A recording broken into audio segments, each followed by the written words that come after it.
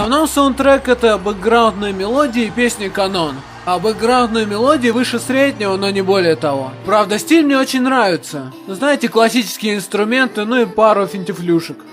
Песни же канон попсовые, но голос ее выручает. Теперь поговорим о довольно важных вещах в аниме. О пошлости и фан-сервисе. Ведь действительно тяжело увидеть хороший сюжет и персонажей, когда они скрываются за кучей пошлых шуток, сиськами и трусами. В общем, юмор здесь нормальный, пошлых шуток нет. Ну а фан-сервис здесь...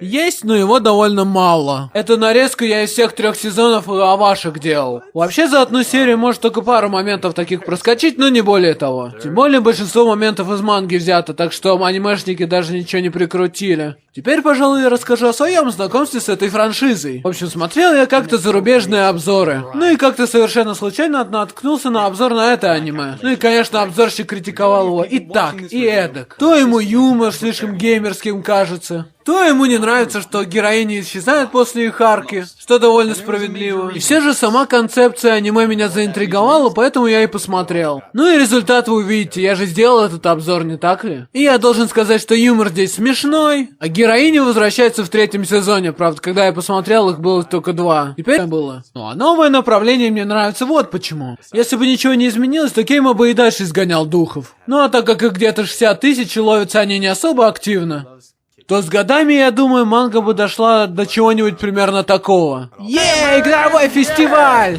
О, я вас узнал! И вас тоже узнаю! Что, правда? Да, вы плохие игры издаете. А вот эта красавица хорошая издает. Да. Ками-сама. Что? Послушайте, я не хотела прерывать ваш отпуск в Лас-Вегасе, но детектор вчера засек шального духа. Вы же знаете, что если мы его не поймаем, то нам конец. Ладно, давай по-быстрому разберемся. Вот, она там сидит. Играем в карты. Здравствуйте. Пропустите. Ничего, если мы к вам подсядем? Да, давайте. Вы уже достаточно наговорились? Я считаю, что уже пора раздавать карты. Вот, вы держите, и вы. Да я бог игрового мира. Значит, ваша судьба предопределена. Я уже достаточно наигрался в покер кое-где. Меня зовут Кейма Кацураги, а это моя сестра Элси. Меня зовут Джеймс Филлер, а это моя дочь Элиза. Мы первый раз за городом, так люблю ее, везде с ней хожу. Что, правда? К несчастью, да. Просто я, кажется, понял, почему у вас открылась дыра в... Неважно? А вы вообще когда-нибудь отходите от своей дочери? Ну, только когда в туалет. Да, и как раз сейчас мне надо в туалет. Элси, задержи отца насколько сможешь. Я займусь в это время дочерью. Хорошо. Кажется, я впечатлил вас своими навыками игры. Да, я никогда такой игры не видела. Я ж сказал, я бог игр. А какой же я бог игр, если я не могу обыграть комп в обычный покер? Что значит бог игр? Ну подумай. Все же название. Вы сказали, что поможете мне. Посмотрим, на что вы способны, Кацураги. Зови меня Кейма.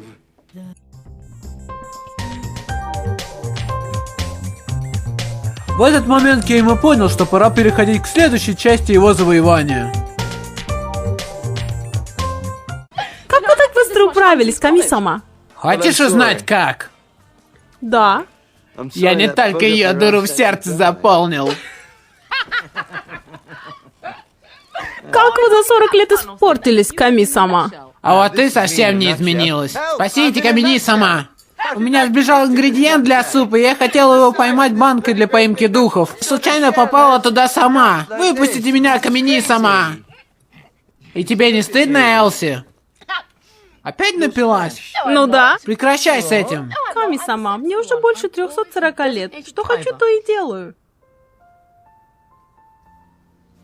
Ну давайте. Элси, отстань. Ну почему? Служебных романов я не потерплю. Для других вы и дыры заполняете, а для меня и поцелуи жалеете. Ну вот как-то так.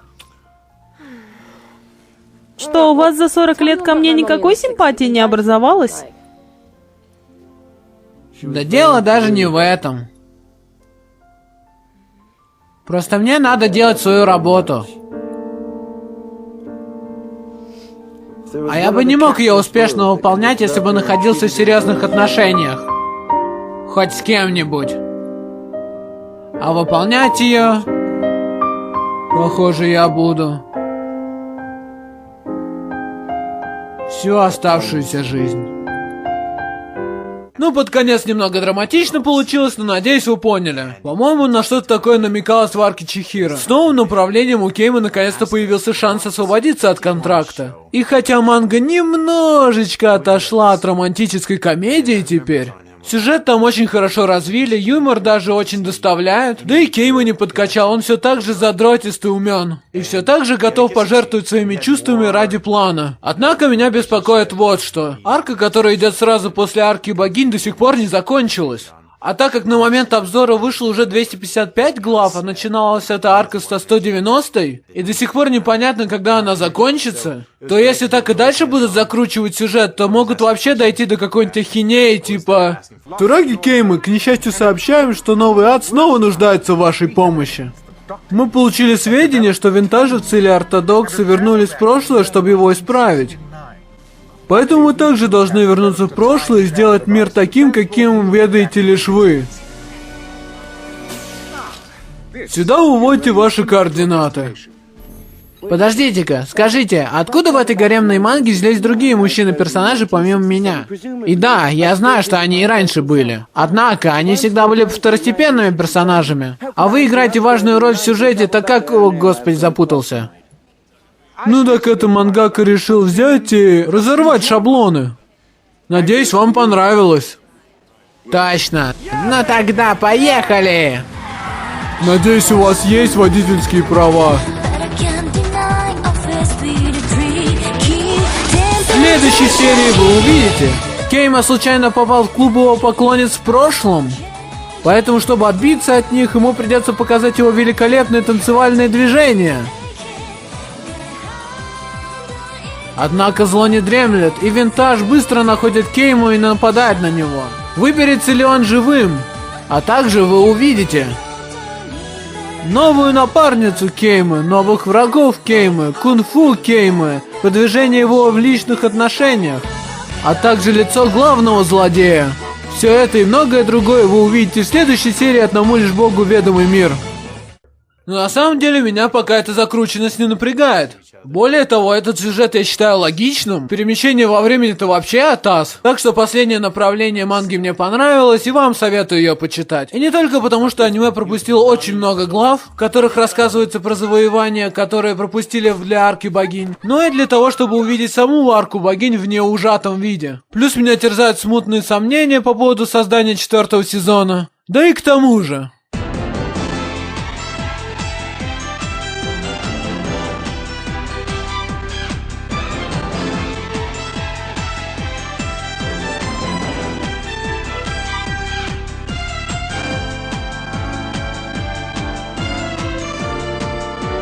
Вы пропустите очень много важного. На этой мысли, я думаю, стоит закончить мой супер объективный обзор. Смотрите аниме, читайте мангу, а мне нужно чего-то прекрасного.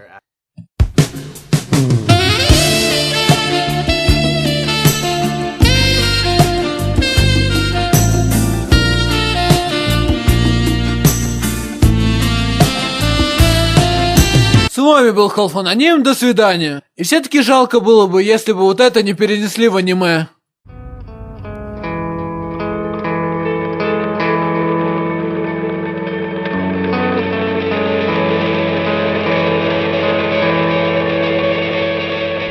Завещание. С самого моего рождения я жил в моем идеальном мире. Идеалы были моим воздухом, моим хлебом насущным. Я жил за стенами, которые сам и воздвиг. И меня не трогала ни реальность, ни абсурдность материальных явлений. ибо эта стена была воздвигнута моей собственной нерушимой волей. Бог, если и существовала какая-то высшая сила, которую можно было так называть, ей без всякого сомнения был я.